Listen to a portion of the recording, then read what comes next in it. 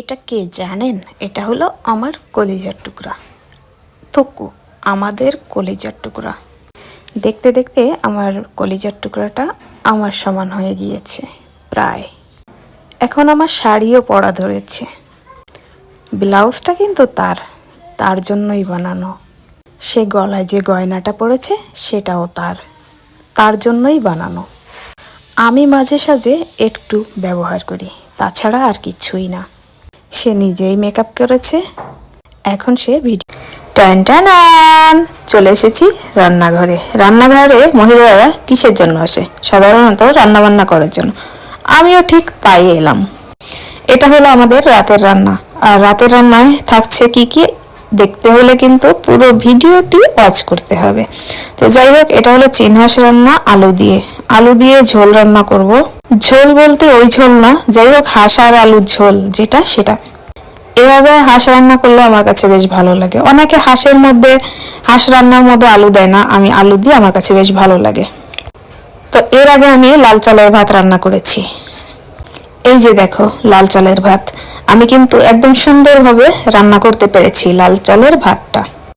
আর ওই যে চিনহাঁসের মাংস রান্না দেখতে পেয়েছো, মাংসটা কিন্তু রান্না অনেক সুন্দর হয়েছে, খেতেও অনেক সুস্বাদু হয়েছিল। আর তার সাথে আমি সালাদ কেটে নিয়েছি, টমেটো সালাদ, টমেটো মরিচ পেঁয়াজ এগুলো দিয়ে। এখন হলো আমাদের রাতে খাওয়ার পালা, তাই আমরা খাচ্ছি আর তোমরা দেখছো।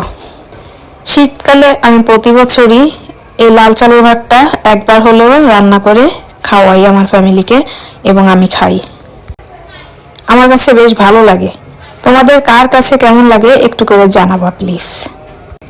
তো শুরুতেই আমার প্লেটটা আমি সাজিয়ে নিচ্ছি। এটা হলো আমার হাজব্যান্ডের কমেন্ট, আগে তোমার প্লেটটা সাজাবা তারপরে হলো আমাদের। আমি কিন্তু এটা করি না, আগে আমি আমার হাজব্যান্ডের প্লেটটা সাজাই, তারপরে মেয়েরটা, তারপরে হলো আমারটা। আর আমার পাপ্পা যখন প্লেট খাবার সার্ভ করে তখন হলো প্রথমে আমাকে দেয়। আমি আবার এটা পছন্দ করি না। সে প্রথমে তার প্লেটটা নিবে, তারপরে মেয়েরটাই দিবে, তারপরে আমারটা দিবে। এটা আমার কাছে ভালো লাগে। তো যাই হোক, তোমাদের সাথে কথা বলতে বলতে আমরা রাতের খাবার খেয়ে নিচ্ছি। শুধু আমার খাওয়াটাই দেখাচ্ছি, আর ওদিকে কিন্তু আমার আর দুইজন খাচ্ছে, তাদেরকে দেখাচ্ছি না, ঠিক আছে? ওই যে দেখো, একটু করে দেখাচ্ছি, দেখো। তো আমি আগে মাংস দিয়ে টেস্ট করছি, আর আমার পাপ্পা হলো মাছ নিয়েছে, আগে মাছ দিয়ে খাচ্ছে। তারপরে হলো টুকটুক করে ও সমস্ত টেবিলে তুমি যত খাবার দাও না কেন সব কিছুই ও খাবে, একটু একটু নিয়ে খাবে।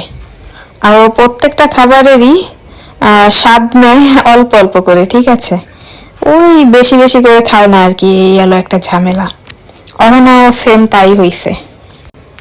আর আমি তোমাদের এই যে ভিডিও দেখানোর জন্য আগে মাংস দিয়ে, অর্থাৎ মাংস রান্না করেছি, মাংস দিয়ে খেয়েই তো দেখাতে হবে, তাই না? তো যাই হোক,